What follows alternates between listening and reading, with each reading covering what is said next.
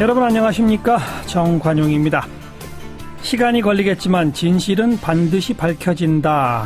박근혜 전 대통령 어제 저녁 이렇게 말했죠. 헌법재판소의 판결로 파면된 박 전 대통령이 이렇게 불복하는 이유는 뭘까? 잠시 후 그 뜬뉴스 시간에 배경을 살펴보겠고요.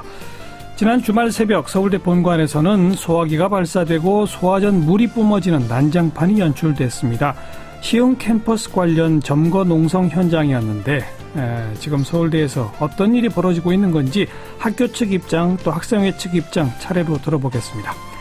7시 5분 시작되는 2부에서는요. 박근혜 전 대통령이 남긴 두 가지 문제가 또 있습니다. 먼저 대통령 기록물 문제인데요. 박 전 대통령의 경우에 역사적 기록물이면서 동시에 범죄의 증거 자료가 되기도 할 테죠. 그래서 이 기록물들을 파기하기 위해 퇴거가 늦어진 게 아니냐 이런 의혹도 제기가 된 바 있는데 자, 이 문제 어떻게 다뤄야 할지 알권리연구센터 전진환 소장과 이야기 나누겠고요. 박 전 대통령이 기르던 진돗개들 모두 9마리 어떻게 해야 할지 이 문제도 생각을 같이 나누겠습니다. 여러분의 의견 단문 50원, 장문 100원, 정보용료 부과되는 문자메시지 샵 1212로 보내주시고요. 잠깐 광고 듣고 옵니다. 오늘 했던 뉴스입니다. 의제와 전략그룹 더모아의 윤태곤 실장 어서 오십시오. 네, 안녕하세요. 네, 박 전 대통령 어제 저녁에 자택으로 돌아갔죠. 탄핵 반대 시위 이런 건 이제 끝난 상태가로 봐야 될 거고요. 그렇죠. 일단 격렬했던 시위는 잦아들었습니다. 물리적 진압 때문이라기보다 제풀이 꺾였죠. 여론도 싸늘하고 동력도 줄어들었고 경찰에서는 속속 폭력 행위하는 사람들 검거하고 있어요. 그렇죠. 지금 몇 명 이미 검거됐던데. 예. 그리고 박 전 대통령도 어찌됐든 간에 이제 어제 청와대를 비웠지 않습니까? 예. 1라운드는 끝났죠. 네. 근데 2라운드가 시작이다 그럼? 그렇습니다.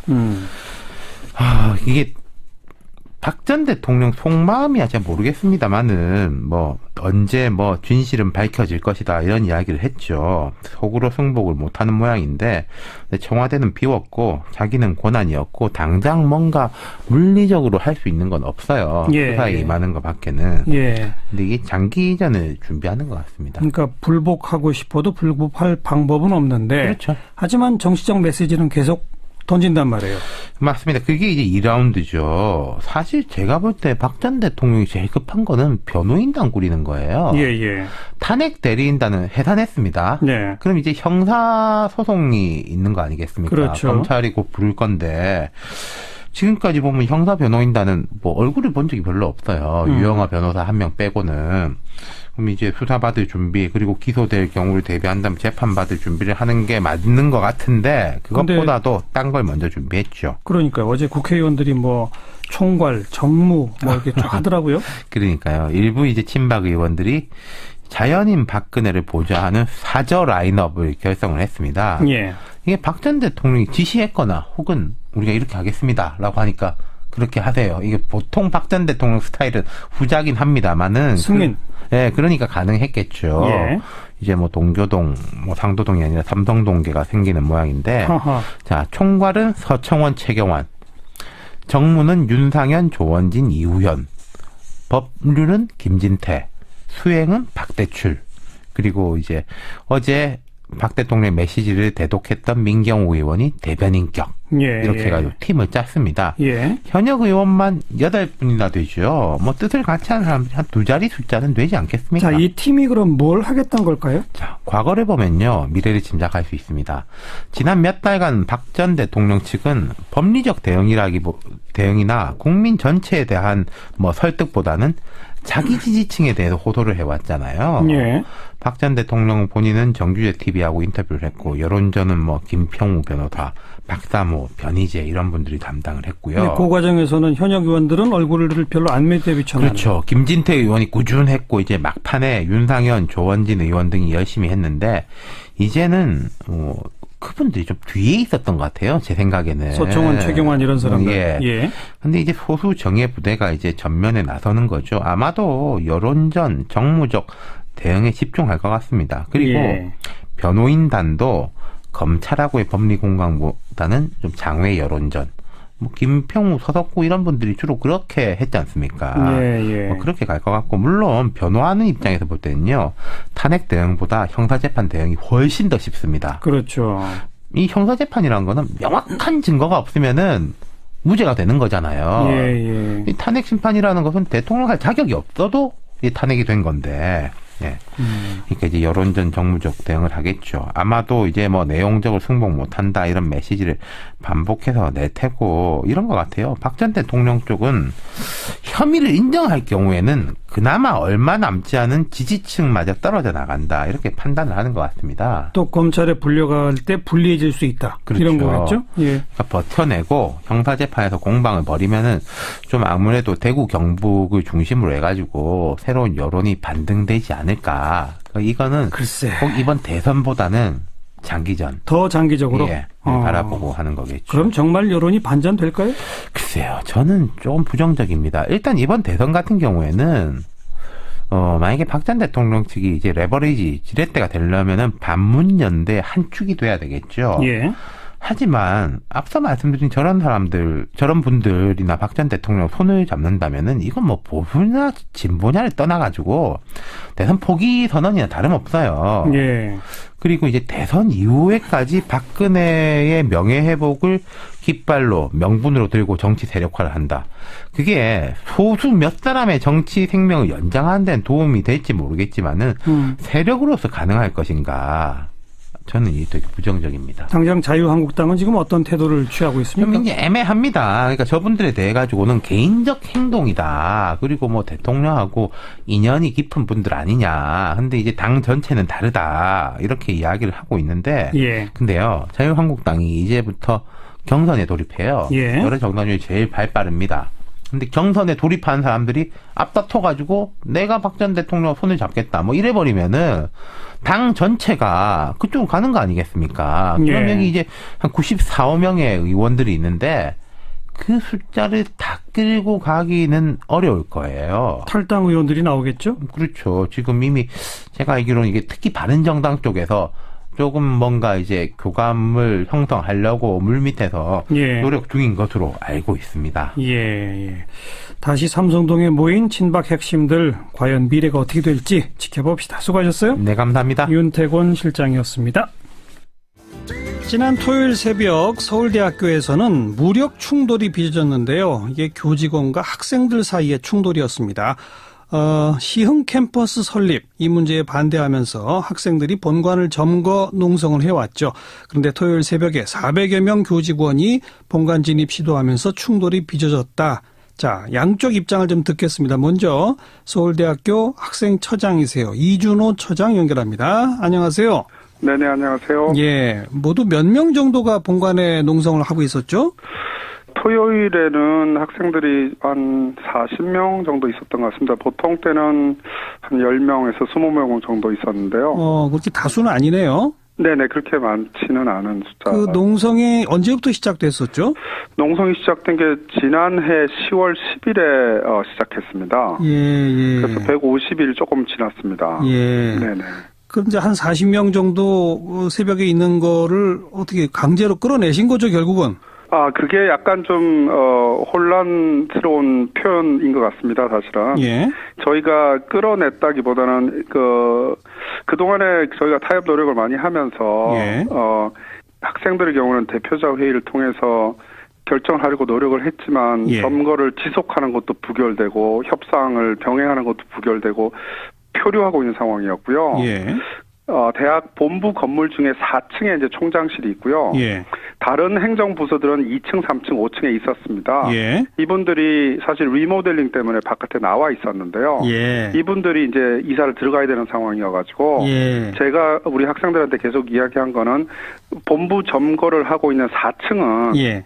전혀 진입하지 않는다. 예. 예, 학생들하고 협의가 없이 절대 들어가지 않을 거고 예. 행정부서만 이사를 할 것이다. 예. 라고 이미 여러 차례 이제 이야기를 했고요. 그런데요. 예, 그런 일을 토요일 날 이제 이사를 하는 상황이 된 겁니다. 네. 근데 이제 학생들이 행정관 전체를 점거하고 있는 거지 4층만은 아니다. 그러면서 1층을 막은 거고요. 예, 상황은 그렇게 된 거였습니다. 그래서 이제 오늘 이제 이사 들어가려고 하는데 학생들이 막았단 말이에요. 그렇습니다. 근데 지금 기사를 보면은 무슨 뭐 소화기가 뿌려지고 물대포가 쏘아지고 이런 얘기가 뭡니까? 그거는 이제 오후에 사실은 약간 해프닝이 벌어졌는데요. 예. 이제 7시쯤에 이사를 시작하면서 이제 사다리차 등으로 이제 짐이 들어갔습니다, 사실. 예. 그리고 1층에서는 학생들하고 이제 좀 실랑이를 하다가 학생들은 이제 대부분 바깥으로 나왔고요. 예. 근데 본관 4층에는 저희가 진입하지 않는다고 약속을 했기 때문에 예. 학생들이 거기에 10명 정도가 있었던 것 같습니다. 예. 그래서 그 친구들은 뭐 일부 왔다 갔다 하기도 하고 그런 상황이었는데 바깥쪽에서 아마 오해가 있었지 않았나 싶고요. 예. 이 학생들을 구출해야 된다는 이야기를 했던 것 같아요. 저는 사실 본관 안에 있어서 그 상황 잘 몰랐는데요. 예. 그러면서 그 옆쪽을 통해서 소화기를 가지고 출입문을 부시고 사실은 그 뒤 안쪽에 공간이 작은데 거기 교수님들하고 직원들이 되게 많이 있었거든요. 예. 그쪽에 이제 소화기를 막 쏘는 상황이 벌어졌습니다. 예. 그러다 보니까 그거 정리하면서 소화전을 꺼내서 물을 뿌리고, 예. 근데 그 사이에 학생들이 막 들어오고 막 이러니까 그런 약간 충돌이 있었던 거고요. 그러니까 그 네. 이른바 물대포식으로 소화전에서 물을 쏜 게 학생이에요, 교직원이에요? 소화기를 쏜 건 학생이고요. 예. 소화전에 물을 뿌린 거는 교직원 쪽입니다. 아무튼 그런 충돌이 있었군요. 네네네. 그래서 지금은 그 본관 안에 학생들이 한 분도 없는 상태죠. 다 나왔죠. 그렇습니다. 그런데 이게 지금 해결된 건 아닌 거고요. 해결이라고 말하기는 좀 어렵죠, 사실. 그렇죠. 자, 시흥 캠퍼스 처음 이게 얘기 나온 게 벌써 몇 년 전인데. 그렇습니다. 10년 정도 됐습니다. 그러다 계획도 많이 변경됐죠. 현재의 학교의 최종 입장은 어떤 겁니까? 사실은 구체적인 마스터 플랜을 만들어야 되는 상황이고요. 예. 그런데도 철학적으로 서울대학교는 국립대학으로서 미래를 대비하는 그런 캠퍼스를 계획하는 거고요. 예. 4차 산업혁명 시대에 대한 대비도 필요하고 예. 통일 시대에 대한 대비도 필요하기 때문에 예. 그런 미래지향적인 교육과 연구에 이 새로운 공간을 사용한다 하는 것이 그러니까 큰 그림에서의 말씀드릴 수 있는 내용이 되겠습니다. 그래서 그 캠퍼스에 무엇을 유치하고 어떻게 운영하고는 아직 계획이 확정된 것도 아니다. 아직 아닙니다. 네네. 그런데 학생들은 안들은 있었죠. 근데 네. 학생들은 그러니까 원천적으로 시흥 캠퍼스는 안 된다 이건가요? 사실은 시작할 때는 제가 알기로는, 그러니까 지난해까지 총학생회하고 이 시흥에 관련된 정책도 같이 개발하고 있었고, 기숙사 문제도 논의하고 있었던 걸로 저는 들었습니다. 그랬는데 실시협약을 이제 체결하는 과정에서 학생들이 소외됐다. 예. 그래서 그걸 철회하고 다시 하라든지 그런 상황이었는데 예. 좀 더 상황이 진전되면서 시흥 캠퍼스 자체를 못하겠다. 안 하는 게 좋겠구나라는 게 학생들 입장이고요. 예. 대부분의 학교 본부나 교수님들의 입장은 시흥 캠퍼스는 미래를 위해서 꼭 필요하다는 입장인 것 같습니다. 그렇게 말씀드릴 수 있겠습니다. 물론 조금 이따 우리가 학생 측 이야기도 듣겠습니다만은 그 학교 측하고 대화가 있긴 있었으나 제대로 안 됐다 이런 얘기더라고요. 네네. 그게 사실은 제가 이제 학생처장 시작한 지 7개월 됐습니다. 예. 그래서 이제 학생들하고 대화를 시작하면서 보니까 서로 간의 신뢰가 그동안에 굉장히 많이 손상되어 있다는 걸 이제 알고서 굉장히 안타까웠고요. 그래서 신뢰 회복이 우선이겠다라는 생각을 했습니다. 그렇죠. 그래서 약속을 해도 못 믿으면 안 되는 거니까요. 그래서 이제 그런 노력을 사실은 굉장히 열심히 하려고 했습니다. 근데 학생들은 본부 보직자 교수는 좀 믿을 수 없다는 생각이 아직도 있고요. 근데 나름 열심히 노력을 하고 계속 제안하고 이제 대표적인 경우는 그러니까 올해 1월 26일에 대타협안이라고 저희가 부르는 그런 안을 학생회 측에 이제 제안을 하기도 했습니다. 근데 그 안은 받아들이지 않았습니까? 그 안을 가지고 사실 고민을 많이 한 걸로 알고 있고요. 근데 이제 결과적으로는 아까 말씀드렸던 그 대표자 회의 등에서 부결됐다? 네. 철회가 아니면. 알겠습니다. 네, 아니다. 이렇게 나와서 너무 안타깝습니다. 신뢰 회복이 중요하다. 아주 중요한 말씀하셨는데 지난 토요일 새벽 같은 토요일 오후 같은 그런 일은 정말 신뢰 회복에 아주 큰 찬물을 끼얹는 일이란 말이죠. 맞습니다. 뭔가 좀 해결의 돌파구를 다시 다른 곳에서 찾았으면 싶네요. 오늘 일단 여기까지 말씀드릴게요. 네. 서울대학교 이준호 학생처장이었고요. 계속해서 학생 측의 입장을 듣습니다. 대학 본부 점거본부의 정책팀장 맡고 있네요. 이시연 학생, 안녕하세요. 예, 안녕하세요. 네. 지난 토요일 상황을 학생회 측에서는 뭐라고 성격 규정을 합니까? 저희는 3월 11일 서울대 점거농성 폭력 진압 사건이라고 생각을 합니다. 폭력 진압? 저희 학생들은 지난해 10월 11일부터 이제 153일간 시흥캠퍼스 실시합약 철회를 요구하면서 사실 어느 때보다도 긴 점거 농성을 해왔는데요. 그 책임은 아무래도 서울대학교 총장, 그러니까 시흥캠퍼스 실시합약을 구성원들과 전혀 동의 없이 체결했던 성낙인 총장에게 있다고 할 수 있고요. 실제로 서울대 총장 본인이 직접 실시합약을 밀실에서 체결한 것에 대해서 사과까지 지난해 11월 하기까지 하였습니다. 근데 사실 잘못을 한 것은 서울대 총장 성낙인 총장이지만 오히려 학생들에게 그 잘못을 지라고 하면서 지난해 올해 1월 9명이라는 사상 초유의 징계 예고까지 했고 또 농성장을 단수하고 아까 학생처장님께서 뭐라고 말씀하셨는지 잘 모르겠습니다만 저희는 4층만 점거하고 있던 것이 전혀 아닙니다. 저희는 10월 10일부터 행정관 전체를 점거하고 있었고 다만 학교의 발전과 안위를 이제 생각해서 이제 학교 안에 리모델링 공사를 허용하고 있었습니다. 알겠습니다. 아무튼 지금 학교 측과 학생회 측이 토요일 사태에 대해서도 성격 규정이 달라요. 그러니까 학교 측에서는 리모델링 끝난 2층, 3층, 5층의 집기를 이전하기 위한, 이사 들어가기 위한 것이었다. 4층은 전혀 들어가겠다고 하지 않았다. 안 들어가겠다고 약속했다. 그런데 거기서 서로 오해가 있어서 물리적 충돌이 벌어졌다. 이렇게 이야기하더라고요.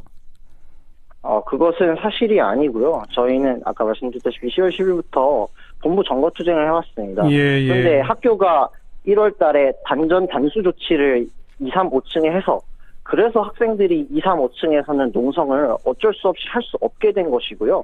만약에 저희가 4층만 점거하기로 처음부터 마음을 먹고 있었다면 학교에서 구태여 2, 3, 5층을 단전할 필요가 없었겠죠. 저희가 일부러 4층에서만 기구할 수밖에 없게 만든 다음에 너희들 2, 3, 5층 안 쓰지 않느냐라고 하면서 이사를 하겠다고 얘기했고 저희는 그렇게 되면 사실상 교수님, 직원들, 그 보직 교수님들의 점거에 학생들이 감금되는 것에 불과하다라고 판단하고 거부를 했고 하지만 이를 전혀 듣지 않은 이제 학교에서는 결국 침탈을 감행한 것입니다. 학생회가 조직적으로 결의를 해서 본관을 점거 농성하고 있는 겁니까? 그렇습니다. 사실 지난해 10월에 저희가 2,000명이 모였던 학생총회, 직접 민주주의에서 학생들이 표를 행사해서 본부 점거투쟁을 해오고 있는 것이고 당연히 총학생회도 이행할 책임을 지고 있습니다. 근데 본관에 있는 학생 숫자는 아까 학생처장 얘기를 들어보면 그렇게 많지는 않더라고요. 숫자가 몇십 명 다니던데요. 저희가 지난해 10월 본부 점거를 시작할 때는 이제 100명 넘게 시작을 했다가 물론 방학이 지나면서 사실 본관 안에는 20여 명 남짓만 있었던 것은 사실입니다. 그런데 3월 저희가 전학대회에서 두 번의 전학대회에서 가장 줄되게 논의된 건 3월이 되면 또 학생들이 많이 본관으로 찾아올 것이다. 그렇게 해서 늘어나던 추세였고 실제로 오늘 지금 학교 안에 1,400명의 학생들이 실시합약 철회하고 성낙인 총장 퇴진까지 내걸면서 시위를 하고 있지 않습니까? 그래서 사실 소수만이 고집을 부리고 있다. 이런 프레임은 정말 부당하다고 생각합니다. 지금도 1,400여 명 학생 집회가 계속되고 있습니까? 지금 저희가 침탈당한 본부 대신해서 지금 천막농성을 시작하려고 천막을 치고 있고요. 그래서 본부 앞에서 저희는 본부를 되찾을 때까지 천막농성을 이어갈 생각입니다. 그리고 서울대 학보신문인 대학신문이 일면을 그냥 백지로 발행했다고 하던데 맞습니까? 맞습니다. 그것의 의미는요? 사실 이것도 성낙인 총장의 사실 폭정에 따른 결과라고 생각을 합니다. 전 주간 교수, 지금은 사임한 전 주간 교수가 이제 학생들 본부 점거 이슈를 너무 시흥캠퍼스 사태밖에 이야기할 게 없냐 하면서 본부 점거 이슈를 축소하고 사실 학교에서 원하는 총장님이 원하는 개교 70주년 행사를 늘리라는 압력을 행사했고 이를 하기 위해서 광고 계약을 체결을 일부러 안 하고 5개월간 파행에 이르게 했습니다. 그에 반발해서 대학신문은 이제 오늘 일면 백지 발행을 했고요. 창간 처음으로. 그래서 사실 이것 역시도 학생들이 시흥캠퍼스 반대 여론을 잠재우기 위한 수단으로서 성낙인 총장의 언론을 탄압한 결과라고 생각합니다. 자, 근본적으로 서울대 학생회 측은 시흥캠퍼스에 대해서 어떤 입장입니까? 절대 안 된답니까? 아니면 계획안이 뭐 훌륭히 학생들과 협의가 잘 되면 가능하답니까? 저희는 시흥캠퍼스 실시협약을 철회하지 않으면 이 투쟁을 멈출 수 없다라는 입장이다. 그래서 말씀하신 대로 시흥캠퍼스는 현재로서 아예 백지화해야 한다. 그러니까 실시협약 철회하지 않는 이상 백지화해야 한다는 입장이고요. 그 이후로는 이제 단순히 학생들에게 체결 사실을 미리 통보해주지 않았다라는 것이 아닙니다. 그래서 저희는 사실 2011년도에 서울대가 법인화되면서 올해도 국고 출연금이 삭감되는 등 계속해서 이제 국가 예산은 줄어들 전망인데 이제 관악 캠퍼스에 거의 버금가는 크기의 캠퍼스를 지으려면 어쩔 수 없이 기업과 이제 외주 업체들로부터 재원을 조달할 수밖에 없거든요. 그 과정에서 사실 호텔, 키즈 카페, 고소득층을 위한 실버타운 같은 되게 대학에서 이 과연 대학에서 할 짓이냐 싶은 수익 사업들을 계획하고 또 시흥시에 대한 거래 대가로 학생들 3,000명을 보내는 등 말도 안 되는 계획들이 다시 기획되었습니다. 이렇게 재정 문제 때문에 결국에는 구성원들의 이익을 훼손할 수 없다. 그래서 시흥캠퍼스를 반대한다는 것이 현재 저희 입장입니다. 네. 조금 아까 학생처장께서는 미래지향적으로 국립대학으로서 4차 산업혁명 등등의 시대 변화에 발맞춘 미래지향적 대학의 기능과 역할이 필요하고 그것을 위한 시흥캠퍼스의 마스터 플랜을 학생들과 함께 논의하고 싶다. 이런 의사던데 이것 도저히 안 된다. 이 말인가요? 저희는 계속해서 학교 측에서 시흥캠퍼스 추진위에 들어와라. 또 들어와서 너네들이 원하는 거 만들면 되지 않느냐라고 하십니다. 근데 저는 오히려 학교에서 일단 시흥캠퍼스를 추진하기 위해서 추진위에 들어오면 모든 것이 다 되는 것이냐 설명하는 것이라고 생각합니다. 아까 말씀드렸듯이 법인화된 이후 서울대가 그 거대한 캠퍼스를 운영하고 또 건설할 비용 자체가 저희는 없다라고 생각합니다. 그렇다면 결국 지금 학교 안에 있는 그렇게 그래도 나름 공공적으로 운영되고 있다고 하는 생활협동조합도 재정난의 이유로 계속 폐쇄되고 있는데 결국에 외주 시설 그리고 그냥 기업에 과도하게 의존해서 운영되는 연구 시설들 때문에 공공성이 결국에 파괴됐다라고 보고 있습니다. 대학 공공성이 파괴되지 않을 수 있는 그런 방법은 없다라고 보시는 거군요. 현재로서는 없다라고 생각합니다.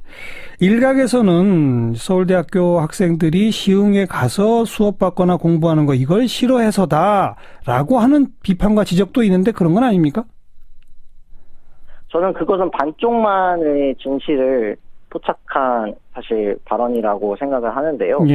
사실 저희는 이제 시흥시에 사실 학생들이 이유 없이 가는 것이 사실 굉장히 부당하다고 생각을 하는 것입니다. 학생들이 만약에 정말로 필요로 해서 가령 거기에 어떤 교육적 목적이 있고 교육 철학이 있어서 그곳에 학생들을 가야 한다라면 학생들이 나의 합의에 기반해서 가는 것이 아니라 시흥시에서 상주 인원을 요구를 하기 때문에 3,000명 규모의 기숙사를 지어야 하고 이를 채우기 위해서 사실 프로그램을 구상하는 되게 주객이 전도된 상황이라고 생각을 합니다. 그래서 실제로 학교에서는 처음에는 의무 RC를 한다고 했다가 의무 RC 반발 심하니까 그러면 니네들이 원하는 게 무엇이냐라고 나오고 있는데 저는 무엇을 위해 그곳에 가야 하는가가 먼저라고 생각을 합니다. 알겠습니다. 저희의 반대는 정당하다고 생각합니다. 학교 측과의 대화의 끈은 아직은 이어지고는 있는 거죠? 이어지고 있었습니다만 사실 저희에 대한 29명 징계 조치 또 단전 단수 같은 초강수 탄압 때문에 사실 1, 2월 방학 동안 제대로 안 됐다 이거죠? 제대로 안 됐고 지금 사실 그저께 사태는 정말 씻을 수 없는 상처를 남겼다고 생각합니다. 그러네요. 그래서 더 걱정입니다. 어쨌든 머리를 맞대고 안을 만들었으면 싶은데 점점 멀어지는 것 같아서 말이죠. 오늘 일단 여기까지 들을게요. 고맙습니다. 감사합니다. 네, 서울대학교 이시연 학생 이야기까지 들어봤는데요. 참 내용이 워낙 복잡해서 어렵군요. 시사잡기 2부 시작합니다. 먼저 오늘 주요 뉴스 정리해볼까요? 미디어스의 김민아 기자 어서 오십시오. 안녕하세요. 이정미 헌법재판소장 권한대행 오늘 퇴임했죠? 그렇습니다. 오늘 오전 11시에 헌재청사의 대강당에서 퇴임식이 열렸는데요. 이정미 재판관은 박근혜 전 대통령 파면 선고를 두고 참으로 고통스럽고 어려운 결정이었다면서 소회를 밝혔습니다.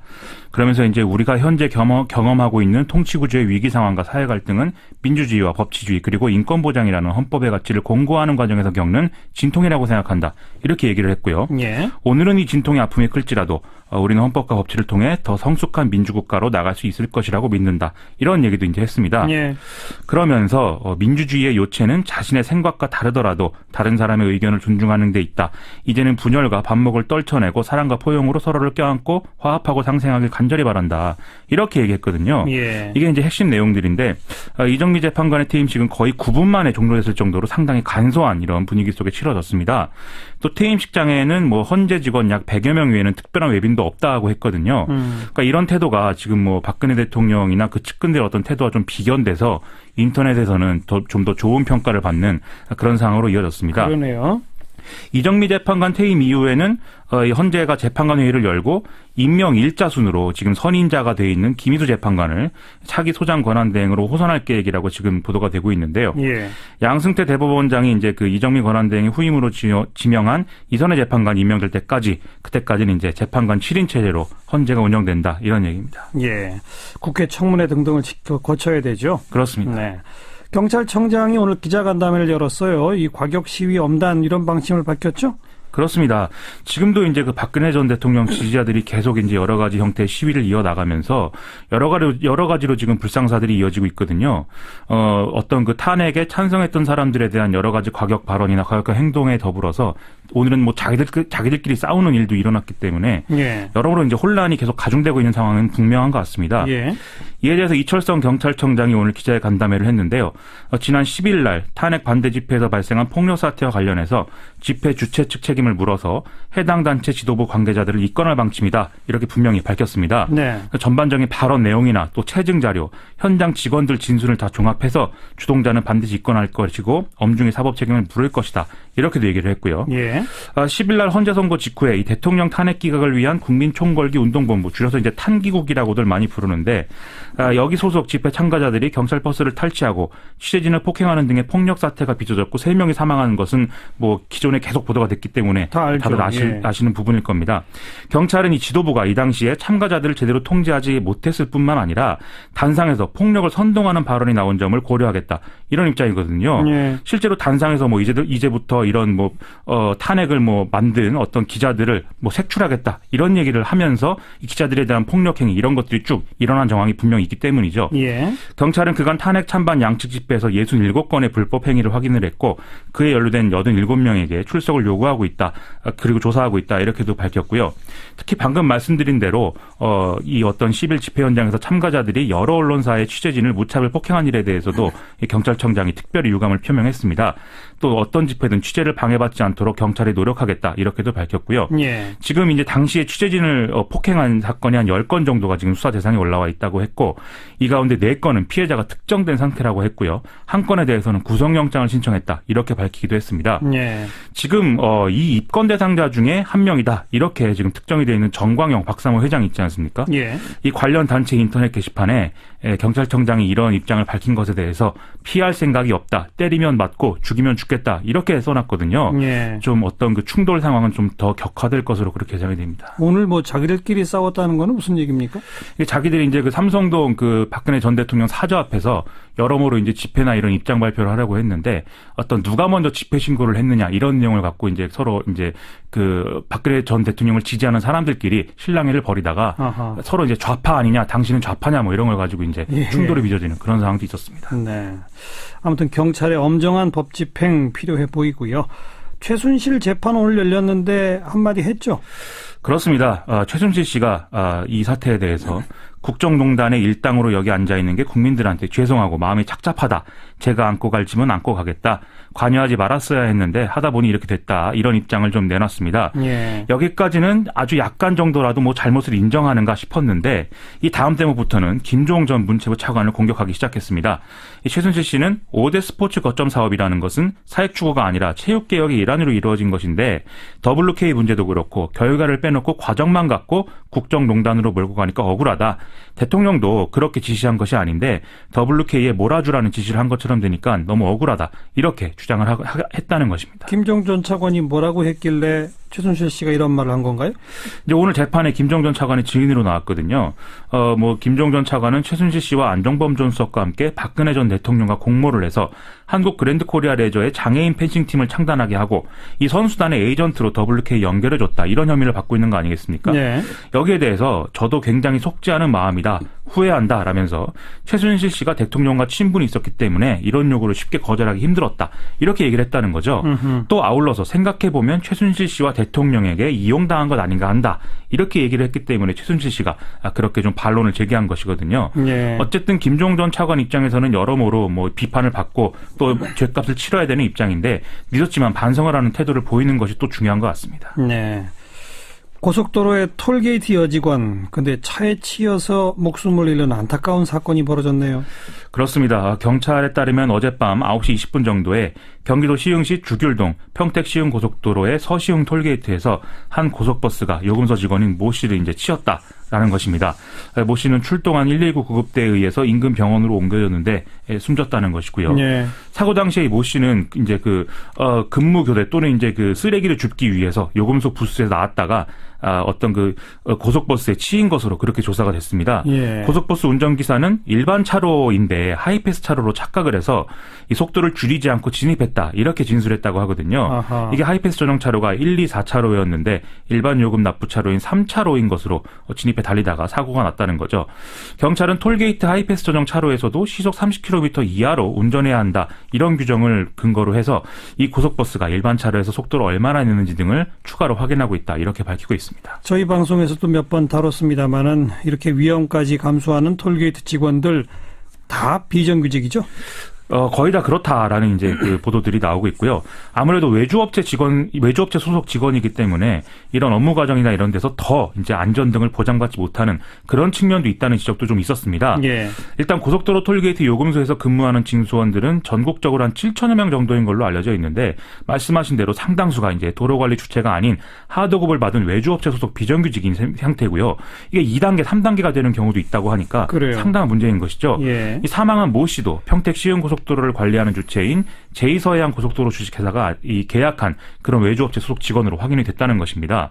여러 번 이제 얘기가 나왔었는데 2015년에는 요금소 직원 한 540여 명이 한국도로공사를 상대로 근로자 지위 확인 집단 소송을 낸 바 있거든요. 그래서 외주업체 소속으로 2년 이상이란 근로자는 도로관리 주체가 직접 고용해야 한다는 법원 판결이 나오기도 했는데 여전히 이런 문제가 반복되고 있다. 이런 보도들도 나오고 있습니다. 네. 자, 정부가 치킨 가격을 올리는 업체한테 세무조사까지 언급하면서 경고에 나섰어요. 그렇습니다. 오늘 언론 보도를 보면은요, 정부가 치킨 가격을 올릴 이유가 없는데도 프랜차이즈 업체에서 가격을 올릴 경우에 부당이득을 취한 것은 아닌지 확인하기 위해서 국세청에 세무조사를 의뢰할 방침이다. 이렇게 밝혔다는 것입니다. 이에 앞서서 BBQ 치킨, 우리나라 대표적인 프랜차이즈 치킨 업체인데 오는 20일부터 메뉴 가격을 10% 정도 올리겠다고 이미 밝힌 상태거든요. 예. 그렇기 때문에 다른 프랜차이즈 업체들도 줄줄이 가격 인상에 나설 가능성이 점쳐지는 상태라는 것이죠. 이 농식품부는 오는 15일 날 오전에 외식업계 CEO들과 간담회를 열고 이 조류독감 발생에 따른 닭고기 수급 불안을 기회로 치킨 등의 닭고기를 원료로 한 식품 가격이 인상되는 사례가 없도록 적극적인 협조를 당부할 계획이다. 이렇게 밝히고 있습니다. 그러니까 AI랑 치킨 가격은 무관하다. 이게 정부의 설명이죠? 그렇습니다. 근거는요? 이제 농식품부에 따르면 치킨 프랜차이즈 전문점들의 경우에는 닭고기 생산업체와 이제 공급의 상하한선 이걸 사전에 정해서 6개월 혹은 1년 단위로 생닭을 공급받게 그렇게 이제 많이들 계약을 한다는 것이죠. 아하. 이 가격이 이제 한 마리로 치면 약 2,560원 정도에 이제 계약을 한다고 하고 예. 이 가격은 시세와 연동돼 있는 그런 방식이 아니라 사전에 정해놓고 계약을 하는 가격이기 때문에 예. 이 조류독감처럼 특수한 상황에서도 어떤 육개 산지 가격이 급등하거나 거꾸로 급락하더라도 이 프랜차이즈 업체 입장에서는 사실상 영향이 없다는 것입니다. 그러네요. 이 프랜차이즈 업체는 여기에 이제 도축 비용, 도계 가공업체 이익, 운송비, 관리비 등을 추가해서 마리당 한 3,490원 정도의 닭고기를 구매하고 있는데 프라이드 치킨 한 마리 가격이 약 16,000원에서 8,000원 정도 이렇게 하지 않습니까? 예. 결국 치킨 가격에서 원재료인 닭고기가 차지하는 비중이 20% 정도인 셈으로 프랜차이즈 업체의 입장에서 현재도 좀 어떤 거품을 빼야 될 그럴 필요가 있다는 판단도 일부 가능하다 이런 얘기도 같이 하고 있는 것이죠. 예. 과거에 또 육개 산지 가격이 내렸을 때 치킨 가격을 인하하라 이런 건의도 많았었는데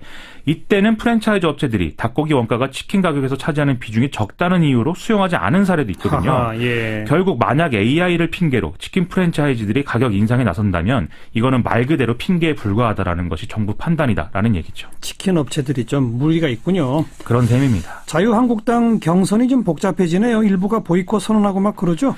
그렇습니다. 이인재 전 새누리당 최고위원 그리고 김진 전 중앙일보 논설위원 김문수 전 경기도지사가 오늘 이제 현재 방식으로는 경선에 불참하겠다 이런 입장을 밝혔습니다. 예. 예비 경선을 거치지 않고도 본 경선에 참여할 특례 규정을 두는 것은 공정성을 파괴하는 것이다. 이런 얘기고요. 네. 이게 이제 특정인을 위한 편법이자 새치기 경선이다라고 주장을 하는 것입니다. 또 예비 경선과 본 경선이 모두 100% 여론조사로 진행되는 것도 이게 여론조사는 제한적으로 실시해야 하지 안 그러면은 여론의 왜곡이 일어난다. 이런 입장 밝혔거든요. 예. 결국 이런 조치들이 황교안 권한대행이 출마할 경우를 대비해서 임명진 비대위원장이 어떤 조치한 것이 아니냐라는 의혹을 들어서 임명진 비대위원장의 사퇴까지 지금 요구하고 있습니다. 네. 그렇기 때문에 자유한국당 앞으로 경선 논란이 계속 불거지는 그런 상황이 이어질 걸로 보입니다. 일단 후보 중에서 컷오프를 한 후에 그 후에도 또 후보 등록을 받는다면서요? 그런 얘기인 거죠. 이건 조금 약간 좀 문제가 있죠. 그런 셈입니다. 수고하셨습니다. 고맙습니다. 미디어스의 김민아 기자였습니다. 박근혜 전 대통령 파면 결정받고 이틀 뒤인 어제 청와대를 떠났죠. 그런데 그 기간 청와대에 남아있는 기록물 파기가 혹시 목적 아니었느냐 이런 얘기까지 나왔었습니다. 자, 더 이게 중요한 문제가 정상적으로 퇴임한 대통령이면 대통령 기록물 관리법에 의해서 차근차근 절차를 밟으면 됩니다만 현재 박 전 대통령은 피의자라서 이 기록물들이 이 검찰 수사의 중요한 증거 자료가 되기 때문에 더 민감한 문제가 되는 거죠. 자, 이 문제 어떻게 봐야 할지 전문가를 한분 초대했습니다. 알권리연구센터의 전진한 소장이세요. 전 소장님 어서 오십시오. 네, 반갑습니다. 예, 현행 대통령 기록물 관리법에 의하면 정상적으로 퇴임했다고 치고 말이죠. 네. 현재 이제 대통령직에 있다가 전직 대통령이 됐잖아요. 네. 그러면 청와대에 남아있는 기록을 우선 분류부터 해야 되는 거죠. 예, 만약에 정상적인 이제 퇴임을 하셨다면 2017년 8월 25일 그러니까 퇴임 직전 6개월 전부터요. 준비를 하기 시작해서 그 완료를 이제 2018년 2월 25일까지 이렇게 하게 됩니다. 예. 근데 지금은 탄핵이 됐기 때문에 그런 절차가 이제 아예 의미가 없어진 것이죠. 시작조차 못한 거죠. 네, 그렇습니다. 그러니까 원래는 그 6개월 동안 대통령이 주도해서 무슨 기록물 어떤 게 있어요 거기에? 예, 대통령 기록에는 우선 대통령 지정 기록물이라는 것이 있고요. 지정 기록물. 네, 그다음에 비밀 기록.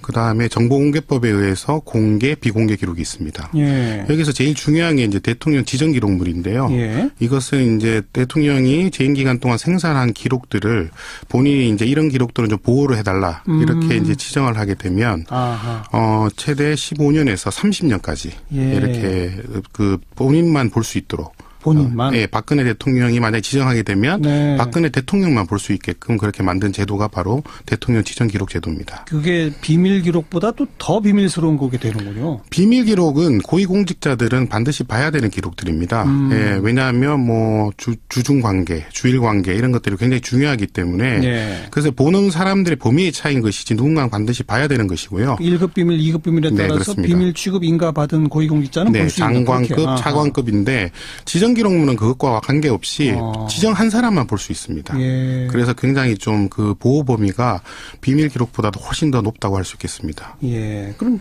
대통령 기록에서 제일 중요한 건 이 지정 기록물 부분이군요. 네, 지정 기록물을 이제 너무 과하게 지정하게 되면 뭐 이명박 대통령 때 그런 논란이 좀 있었는데요. 이게 이제 너무 외부에서는 알 수 없게 되고 또 그 내용이 너무 과하게 되면 또 국민의 알 권리를 침해하게 되는 뭐 그런 또 여러 가지 양면성이 있다고 할 수 있겠습니다. 이명박 전 대통령은 지정 기록물을 많이 지정했나요? 그게 아니라 이제 이명박 대통령은 비밀 기록을 단 한 건도 남기지 않고 이걸 지정 기록물로 다 묶었습니다. 전부 다? 네. 예. 그래서 이제 이 비밀 기록은 제가 말씀드렸잖아요. 고위공직자는 반드시 봐야 되는 기록이라고. 근데 고위공직자가 지금 이명박 전 대통령 시절에 생산됐던 비밀 기록을 한 건도 못 보게 되는 것이죠. 그렇군요. 네. 그런데 지금 박근혜 전 대통령은 한 건도 지정을 못하고 파면된 거죠. 대통령 기록물을 지정하려고 하면 아까 말씀드렸듯이 법대로는 하면 8월 25일부터 하게 돼 있습니다. 그런데 지금 이제 파면됐기 때문에 그런 권한을 행사할 수가 없게 되는 것이죠. 앞으로 어떻게 되는 거예요, 그러면? 그 이제 국가기록원에서는 이게 지금 뭐 황교안 이제 권한 대행에게 지정 권한이 있다라고 지금 주장하고 있고요. 저희 기록학계에서는 이 대통령 지정 권한이라고 하는 것은 대통령 본인에게만 있다고 이렇게 저희는 이제 법을 해석하고 있습니다. 예. 더 중요한 것은 파면되신 분이 어떤 뭐 범죄나 아니면 비리 또 헌법을 지키지 않은 것으로 이 파면되신 분이 이 대통령 기록물을 지정하게 되면 황교안 총리가 만약에 지정하게 된단 말이죠. 그러면 그 파면 당하신 분만 나중에 그 기록을 볼 수 있게 되는 것이죠. 그러네요. 네, 그래서 이게 이론적으로 말이 되지 않습니다. 예를 들면 공무원이 어떤 비리를 저질러서 파면이 됐는데 만약 자기가 생산한 기록을 자기만 볼 수 있다고 한다고 하면 누가 외부에서 그것을 인정해 주겠습니까? 오히려 못 보게 해야 되는 것이죠. 예, 그런 비리에 대해서 밝히기 위해서요. 네, 우리 대통령 기록물 관리법에는 탄핵의 경우 어떻게 한다는 내용은 없군요. 불행하게도 저희가 탄핵이 된다고 생각하지 못했기 때문에 이제 대통령 기록물법은 2007년에 만들어졌습니다. 그런데 이 법이라는 것이 어떤 상황을 다 가정하고 법을 만들 수가 없거든요. 그런데 저희가 이 법을 처음 만들 때 이 파면을 사실 예상하지 못했습니다. 이건 좀 미비점인 게 확실합니다. 굉장히 미비점이죠. 그렇죠. 그런 면에서 좀 저희 기록학계에서도 이건 좀 저희가 좀 부족했다 이런 생각을 좀 하고 있습니다. 시급히 보완해서 법 개정을 이건 해야 될 과제가 되는데 어쨌든 현재 황교안 권한대행도 자신이 대통령 지정 기록물을 지정하겠다라는 입장인가요? 뭐 국가기록원에서 그렇게 해석을 하고 있고요. 오늘 지금 국가기록원에서 그것을 보도자료로 발표를 했습니다. 그래서 총리실에서는 만약에 국가기록을 그렇게 해석한다면 자기들 그렇게 하겠다 그런 입장인 것이죠. 그런데 직접 본인이 생산한 기록도 아니잖아요. 그러니까 저희가 문제가 있다는 것이죠. 그 대통령 지정 기록이라고 하는 것은 건별로 하게 돼 있습니다. 그러니까 문서 한 장 한 장별로 이게 좀 중요하니까 이렇게 해야 된다. 근데 문서라는 게 보통 몇십만 장이기 때문에 그것을 다 볼 수가 없단 말이죠. 그런데 외부에서 그렇게 되면 과도하게 지정하게 됩니다. 만약에 세월호라는 말이 붙어있는 모든 대통령 기록에 대해서 지정 기록을 지정해버리면 앞으로는 세월호 관련돼서는 15년에서 30년 동안 볼 수 없게 되는 것이죠. 네, 굉장히 좀 심각한 문제라고 할 수 있겠습니다. 그럼 아까 법적 미비점을 얘기했습니다마는 우리 그 알권리연구센터 측에서 보실 때는 이처럼 파면됐을 경우는 아예 지정 기록물 지정 권한 같은 걸 없애야 되는 겁니까? 네, 지금 없애는 문제가 아니라 지금 현재 법으로 봐도 지금 지정할 수 있는 권한이 없게 되는 것이고요. 그러면 이걸 그대로 이관해야 되느냐? 그게 이제 문제가 되고 있습니다.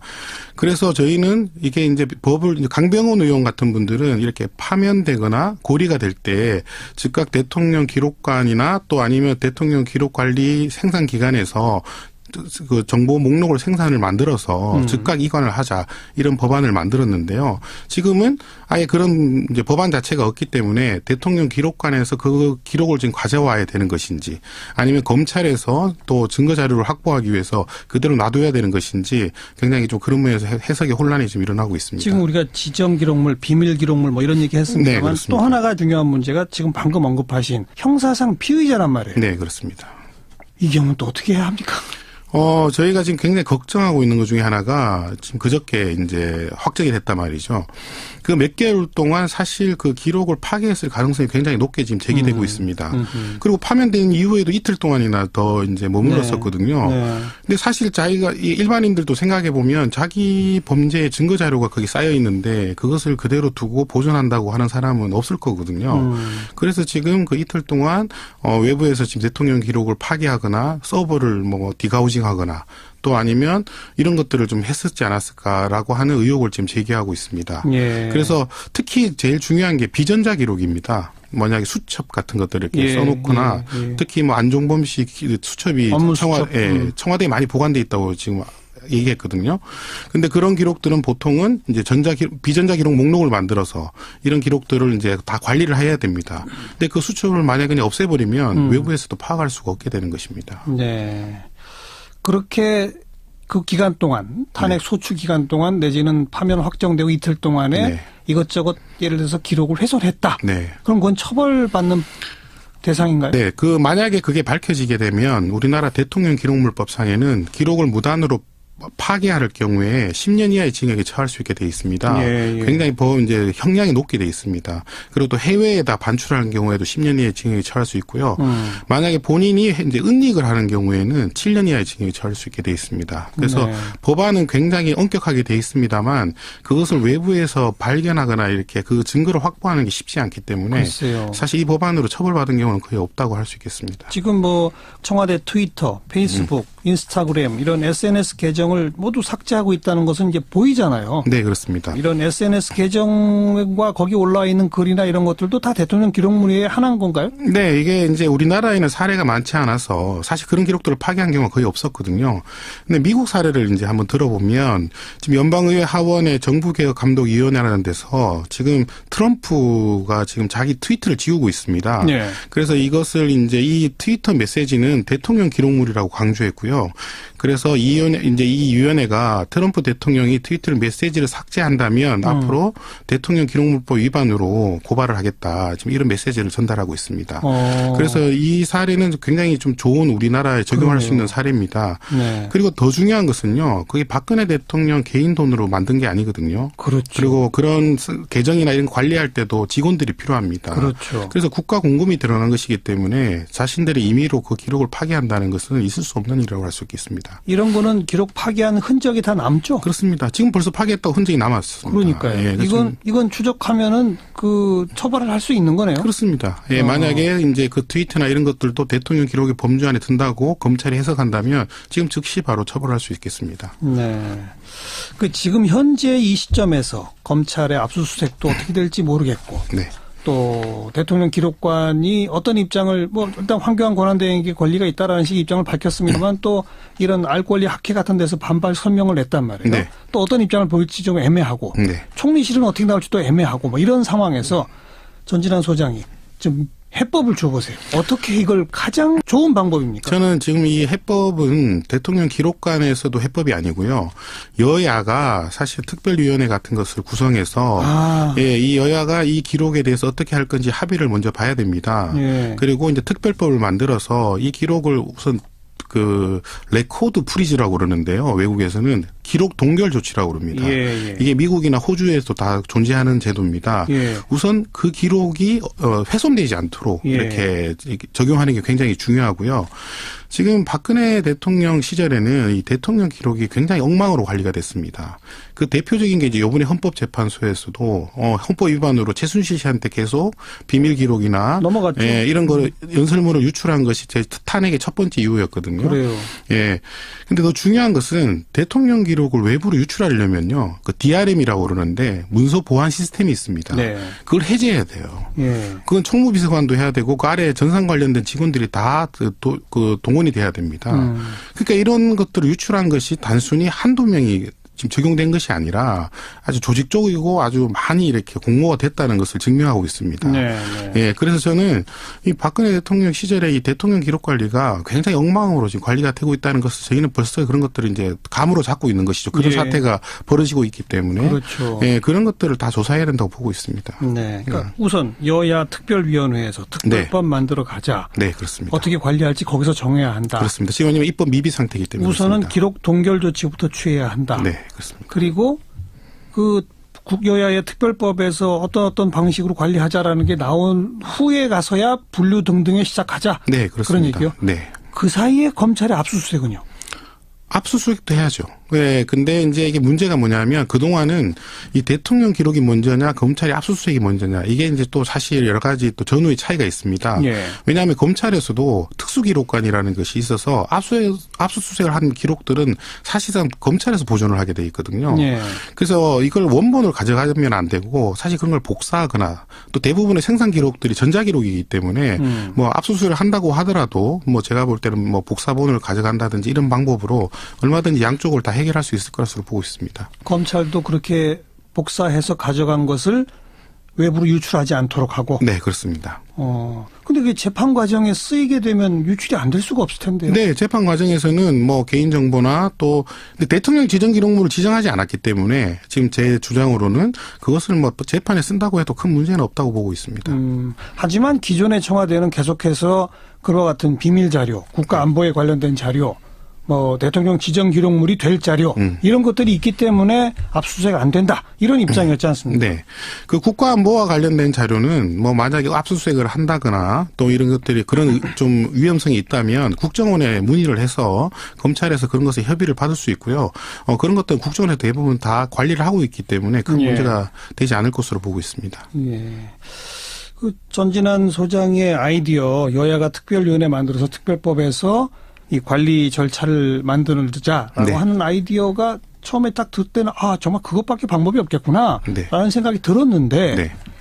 또 갑자기 현실적으로 들어가 보니까요. 이제 불과 50여 일 있으면 새 대통령이 바로 취임입니다. 네. 대선 끝나자마자 취임이잖아요. 네. 청와대 들어가서 일을 할 거 아니에요. 그렇습니다. 그 사이에 특별법을 만들어서 그걸 다 할 수 있을까요? 여야가? 근데 뭐 예를 들어 못하면 어떡합니까? 아니 꼭 그 기간 내에 할 필요는 없다고 보고 있고요. 우선 지금 청와대에서 대통령 기록 관리가 어떻게 됐는지 현황 파악이 굉장히 중요하거든요. 뭐 제보에 따르면 지금 뭐 전자 기록으로 거의 관리하지 않았다. 그다음에 종이 기록들은 거의 남아 있지 않다. 이런 얘기들이 계속 들려오고 있습니다. 그럼 거의 없겠군요. 네, 그래서 제가 볼 때 우선 현황 파악을 한 다음에 여야가 뭐 여러 가지 보안 서약을 한 다음에 그런 기록들을 먼저 파악하는 게 굉장히 중요합니다. 예. 지금 박근혜 대통령 시절에는 사실 뭐 생산 현황 통보나 이런 것들을 대통령 기록관이 하게 돼 있는데 그걸 대통령 기록물법상 그 형태로대로 거의 하지 않았거든요. 그래서 그런 부분이 굉장히 외부에서 지금 우려를 하고 있고 가장 중요한 것은 현황 파악을 먼저 하는 것이 중요하다고 생각하는데 왜 그것을 먼저 대통령 지정 기록물로 지정해버리면 그런 현황 파악조차도 할 수 없기 때문에 제가 이런 주장을 하고 있는 것입니다. 그러니까 최악의 경우는 네. 황교안 권한대행이 대다수 자료를 그냥 지정해버리는 것 네. 이건 막아야 된다. 네, 그러려면 그걸 해제하려면 이제 뭐 국회 200명 국회의원들의 동의와 아니면 고등법원의 영장을 받아야 되거든요. 그것도 한 건당 받아야 돼요. 예. 그래서 굉장히 좀 복잡해지기 때문에 저는 우선 이 여야가 이런 것들을 합의하는 것이 굉장히 중요하다고 좋습니다. 보고 있습니다. 대선 준비에 한참 바쁜 발걸음들을 떼고 있는 각 정당인데 이 문제도 꼭 신경 좀 쓰셔라. 네, 그렇습니다. 써야만 할 문제다. 반드시 써야 되고요. 이것들을 해결하지 않으면 다음 정부가 아마 큰 곤란을 겪을 가능성이 굉장히 높습니다. 오늘 여기까지 아주 중요한 지적 들었습니다. 고맙습니다. 네, 고맙습니다. 알권리연구센터의 전진한 소장이었습니다. 박근혜 전 대통령 청와대를 나와서 사저로 들어가는 과정에 때 아닌 동물 학대 논란이 불거지고 있네요. 박 전 대통령이 청와대에서 기르던 진돗개 그런데 데리고 나오지 않았다. 글쎄 이 문제 어떻게 봐야 할까요? 얼마 전에 동물보호법 개정안이 국회 본회의를 통과했습니다. 근데 바로 이 개정안을 대표 발의하시고 오래전부터 이 동물보호 문제에 국회에서는 가장 앞장서 오신 의원이 더불어민주당의 한정혜 의원이에요. 그래서 오늘 스튜디오에 좀 긴급히 초대했습니다. 한정혜 의원 어서 오십시오. 안녕하세요. 네. 서울 강서병 국회의원 한정혜입니다. 반갑습니다. 애견인으로 알려져 있던데요? 네. 저도 반려견 한 마리하고 같이 살고 있습니다. 몇 년째? 지금 8년, 이제 8살 좀 넘었네요. 네. 네. 그럼 아주 새끼 때부터? 그렇죠. 저기 한 석 달 됐을 때, 네. 저희 집에 와서. 네. 예쁘죠? 눈에 넣어도 안 아프다는 모양인가? 좀 지나친가요? 아니, 아무튼, 감사하죠. 네. 네. 제가 아프거나 뭐, 즐겁거나 슬프거나 뭐, 우울하거나 할 게 없이 그냥, 뭐랄까요. 사랑을 저한테 듬뿍 주고 있으니까 제가 주는 것보다는 훨씬 더 받는 사랑이 많은 것 같더라고요. 네. 박 전 대통령이 진돗개 2마리를 대통령 당선되고 선물 받은 거죠, 그러니까? 그렇죠. 한 쌍을 받았습니다. 그때 희망이 새로움이 이렇게 해서 한 쌍을. 그 삼성동 지역 주민들이 선물을 한 그렇죠. 거고. 예. 그 2마리를 이제 데리고 가서 그 사이에 이제 새끼를 낳아가지고. 그 전에 새끼 한 번 낳았었어요. 그래서 이름도 유명한 이름을 뭐라고 지을까요? 이렇게 해서 청와대 홈페이지에 공고를 한번 했었던 것도 있는데. 예. 그 이름도 이번에 그 태블릿 PC에서 나왔었죠. 이렇게 이름을 정하면 좋겠다라고 해서. 네. 예. 그래서 그 5마리는 아마 분양이 다 됐던 걸로 알고 있고요. 그래요. 이번에 지금 7마리는 최근에 새끼를 다시 또 낳은 것 같습니다. 새끼들이군요. 예, 새끼들이에요. 이제 겨우 한 2달? 2달 정도밖에 안 된 것 같아요. 한 석 달은 지나야 분양이 되지 않습니까? 진돗개는 조금 빨리 하는데 두 달 정도면 분양 가능합니다. 아무튼 네. 최근에 경황이 없었을 테니까. 네. 그럼 그 9마리 모두 소유자는 박근혜 전 대통령인 것이 맞는 거죠? 그렇죠. 네. 그렇죠? 그러니까 원래는 삼성동으로 퇴거하실 때 같이 가는 게 맞는 거죠. 그 후에 이제 어디다가 그 좋은 입양처를 마련을 해서 준다고 하더라도 이거는 이제 그냥 물건이 아니잖아요. 이거 보고 가져가라고 할 게 아니니까 사실 이 동물이 주는 뭐 심리적 위안이나 이런 것들은 아마 대통령께서도 잘 아실 거예요. 그렇죠. 그렇죠. 그러니까 그 여러 가지로 지금 머리가 좀 복잡하시고 하실 텐데 조금 책임을 이제 지시면서 책임감 가지시고 이 아이들을 좀 돌보시면서 한번 다시 이렇게 저렇게 생각들을 정리하시는 시간을 가지시는 게 좋지 않겠나 싶네요. 박 전 대통령의 심리적인 상태에도 도움이 될 것이다. 도움이 저는 된다고 봅니다. 그렇죠. 그렇죠. 자, 지난 3월 2일 날 동물보호법 개정안이 국회 본회의를 통과했습니다. 근데 이게 굉장히 우여곡절이 많았죠? 우여곡절이 많았습니다. 그동안 동물보호법 관련해서 개정안 제출된 것도 굉장히 많았고. 근데 계속 통과가 안 됐고. 그 과정을 좀 소개해 주세요. 19대 때도 사실은 굉장히 많은 의원님들이 동물보호법 개정안을 제출을 했었는데 거의 해당 상임위에서 논의조차 되지 아니하고 폐기되었습니다. 그런데 20대 국회가 개원을 하자마자 이게 본물 터지듯이 동물보호법 개정안을 발의들을 좀 해주셨어요. 저를 비롯해서 한 15분 정도? 그래서 뭐 아주 간단한 법안을 내신 분도 있고 거의 뭐 전면적인 동물보호법과 관련된 개정안을 내신 분들도 있고 해서 이제 그만큼 우리 사회가 동물을 바라보는 시각, 저는 우리 사회의 인식이 전환하는 것을 정치인들이 못 따라간다는 생각을 이번에 아마 촛불 보시면서도 많이 생각하셨겠지만 이 동물보호와 관련해서도 아마 생각을 좀 정치인들이 오히려 했을 수 있겠다는 생각이 들더라고요. 근데 그나저나 19대 때 그렇게 4년이란 기간이 있었음에도 불구하고 왜 논의조차 안 됐던 거예요? 논의가 안 되는 게 이 동물보호법을 논의를 하는 것이 농해수위에서 법안 심사를 해야 되는데요.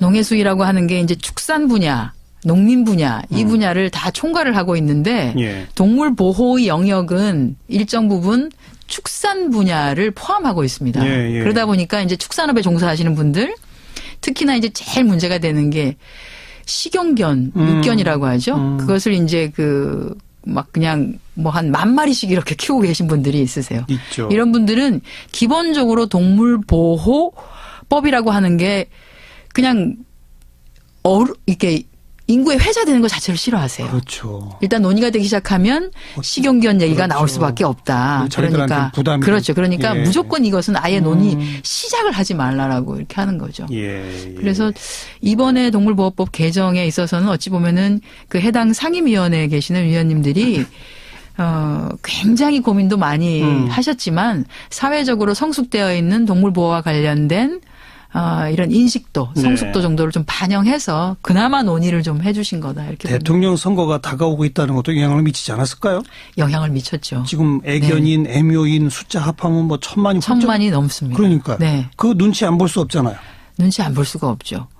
그리고 최소한의 기준점 같은 것들을 마련해야 되고 그리고 지금 가만히 보시면 후보라고 해서 이렇게 막 뛰시는 분들이 사실은 동물들과 사진 찍는 분도 굉장히 많으세요. 맞아요. 맞아요. 이제 그만큼 직접 집에서 기르는 후보들도 있고요. 그럼요. 그래서 그만큼 사실은 우리 사회가 동물을 바라보는 시각에 우리 굉장히 급성장했다고도 봐지고요.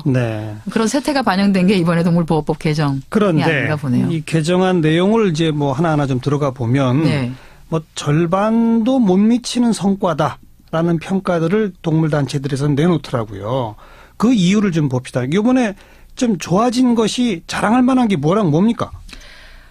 일단 투견이나 이제 도박 목적으로 동물 이용하는 행위 완전히 금지시켰고요. 또 그다음에 이제 동물을 지금까지는 투견을 처벌할 방법이 없었어요? 그냥 동물 학대 정도로만 하는 것이죠. 근데 이제 완전히 이번에는 법상으로 도박 목적으로 동물을 이용하는 행위 자체에 대한 금지를 명시화한 거죠. 처벌 규정도 있어요? 네. 명시화하고 상품이나 경품으로 주는 것도 못하게 했고요. 영리 목적으로 동물을 대여하는 뭐 심리 치료를 해드립니다. 동물 빌려드립니다라고 하는 데가 있었는데 이런 것도 금지를 시켰죠. 이제 단 우리가 이제 장애인 도우미 역할을 하는 뭐 반려견들이 있습니다. 이런 것만 제외한 나머지들은 조금 제외를 시켰고 동물 학대와 관련된 처벌도 좀 강화를 하고 학대 행위도 좀 확대를 했습니다. 어디까지가 학대가 되는 겁니까, 그러면 이제? 학대 행위에 예전에는 좀 구체적으로만 명시되어 있는데 조금은 선언적인 의미로 정당한 사유 없이 신체적 고통을 주는 행위. 이것도 학대다. 예. 그래서 정당한 사유를 찾아야지만이 되는데 사실 정당한 사유가 있으면서 동물에게 학대를 하는 행위가 있을 수가 없는 거죠. 불가능하죠. 예, 그래서 사실은 필요하지 않은 상태에서 학대를 하지 못하게끔 금지시킨 것이 있고 학대를 했을 때 처벌 규정이 예전에는 이제 1년 이하의 징역에다가 1,000만 원 이하 벌금이었는데 2년 이하의 징역에 2천만 원 이하의 벌금으로 했고요.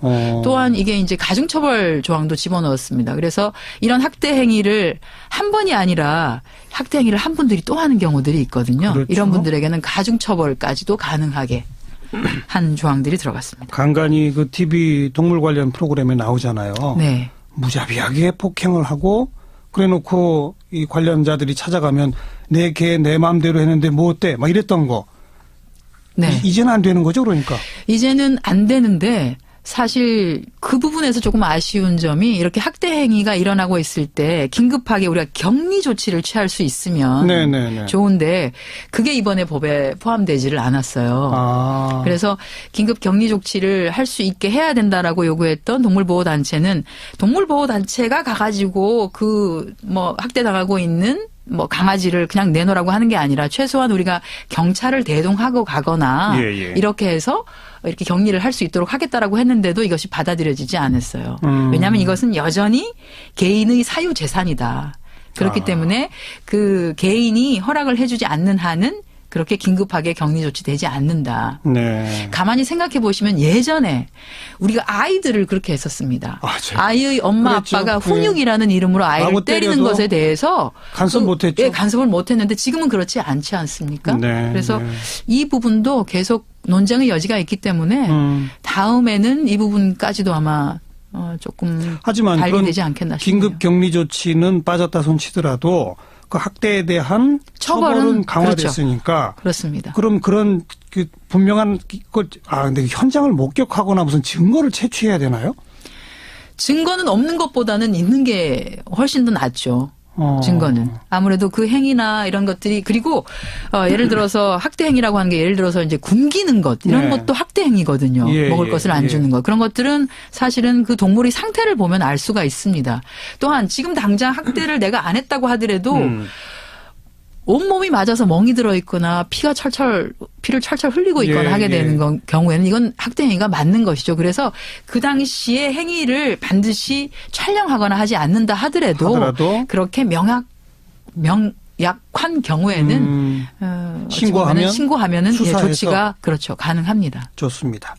투견 이제 법적으로 못하게 됐다. 네. 학대 범위 넓어지고 처벌 강화됐다. 네. 또 이 강아지 공장 이른바 그게 신고제가에서 허가제로 바뀌었다면서요? 예, 이게 또 좀 중요한 것 같아요. 중요합니다. 아마 지난해에 있었던 동물농장 그 프로그램을 보시고 굉장히 우신 분도 많으시고 야 우리가 저렇게까지밖에 못했었나 우리가 그냥 예쁘게 우리에게 그냥 이렇게 웃음을 보여주고 있는 아이들이 사실은 저런 환경에서 저렇게 혹독하게 취급을 당하고 있었나라는 생각을 하셨을 텐데 이것을 이제 허가제로 전환을 했기 때문에 지금보다는 조금 더 이제 기준 자체가 높아진 것이죠. 그래서 적정한 사육과 관련된 기준을 마련한 상태에서 사실은 이 분양업을 할 수밖에 없게끔 그렇게 만들어졌습니다. 네. 지금 영업을 하고 계신 분들 때문에 저희가 한 2년 정도의 유예 기간은 주는 것으로는 했어요.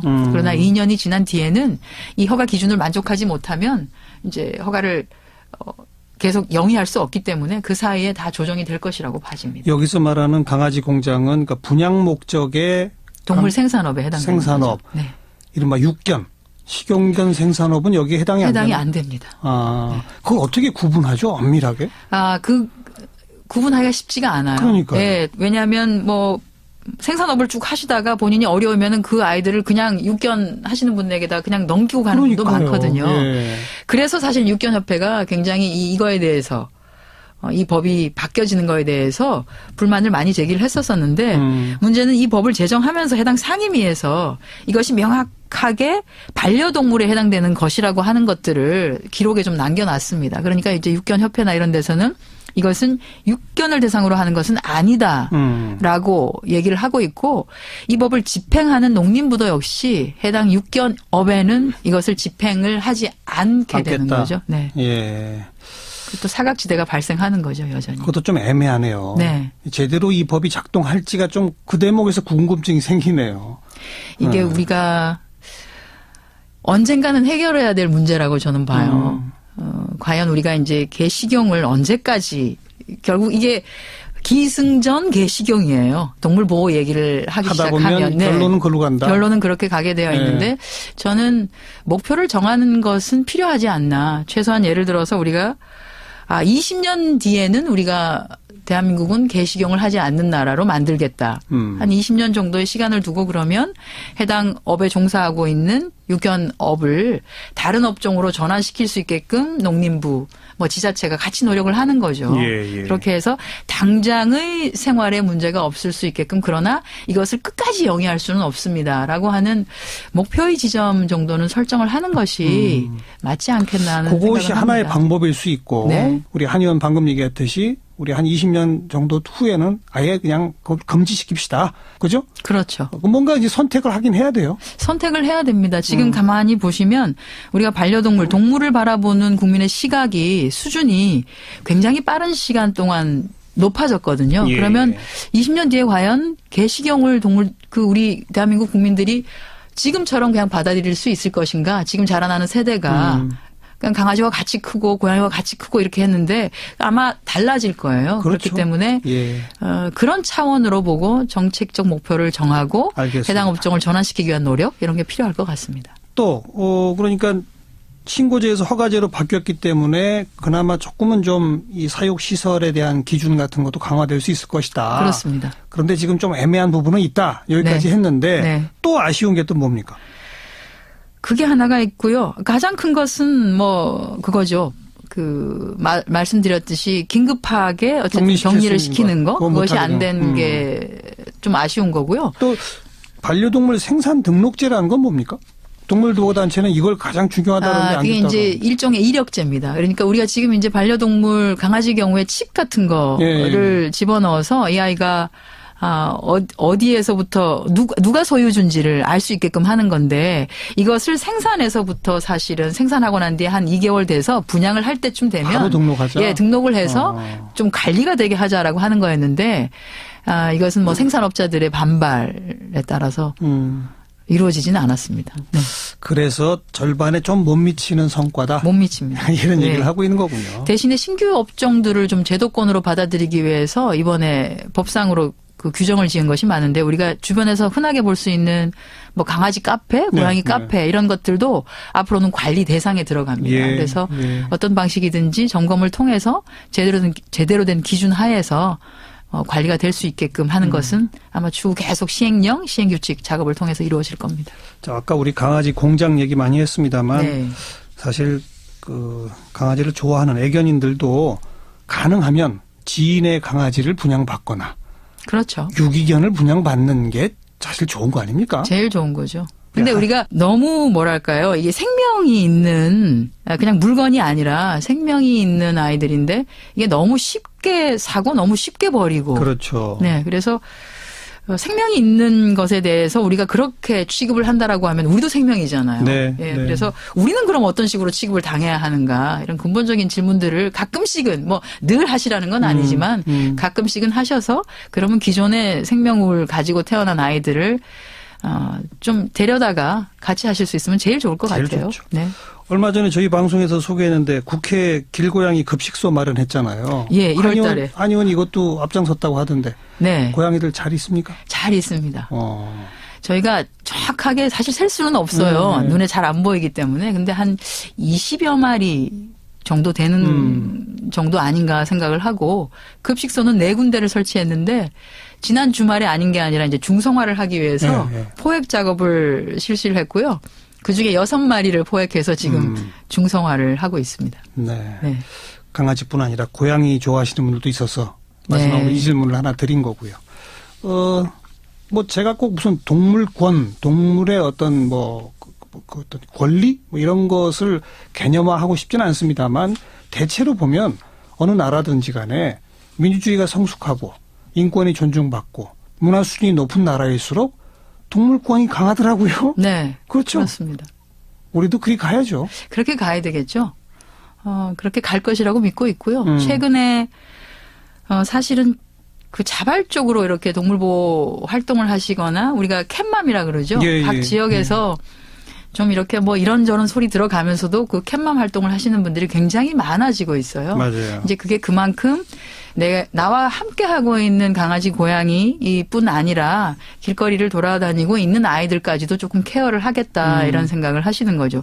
사실 그 고양이들이 이 종족 그 번식 본능들이 있어서 열악하면 열악할수록 새끼를 더 많이 낳아요. 아, 그래요? 네, 오히려 잘 먹이고 잘 대접해주면 1년에 새끼를 많아봐야 2번 정도밖에 놓지 않는데 애들이 막 먹을 게 없고 힘들고 하면 어떻게든 살아남아야 돼. 이런 게 있어서 새끼를 1년에 4번 정도까지 낳아요. 그래서 각 지자체도 사실은 길거리에 고양이가 많아. 이걸 막 어떻게 해야 되지라고 하기보다는 오히려 이렇게 뭐 캣맘들을 통하든지 해서 급식을 해가면서 중성화를 시켜가는 것이 오히려 관리하기가 훨씬 더 수월해질 수도 있습니다. 네, 그래요. 한 사회의 어떤 성숙도의 또 하나의 척도로 우리가 동물보호 문제를 다룰 수 있다. 이런 얘기 아니겠습니까? 그렇습니다. 우리 사회 성숙에 기여한다는 차원의 박근혜 전 대통령 수일 내에 좀 모범을 보여주기를 다시 한번 좀 주문을 하죠. 그렇습니다. 그리고 아마 새롬이나 희망이는 박근혜 전 대통령께서 대통령이건 전 대통령이건 그냥 아무 직책을 안 맡고 있는 사람이건 상관없이 대통령을 아마 박근혜 전 대통령을 사랑해 줄 거예요. 그렇죠. 네. 그게 우리 동물들이 우리에게 주는 위안이기도 하죠. 그래서 꼭 데려다가 같이 하시라고 말씀드리고 싶네요. 그래요. 여기까지 수고하셨습니다. 수고하셨습니다. 더불어민주당 한정혜 의원이었습니다. 시사자키 오늘 순서 마무리 짓겠습니다. 내일 다시 뵙죠. 안녕히 계십시오.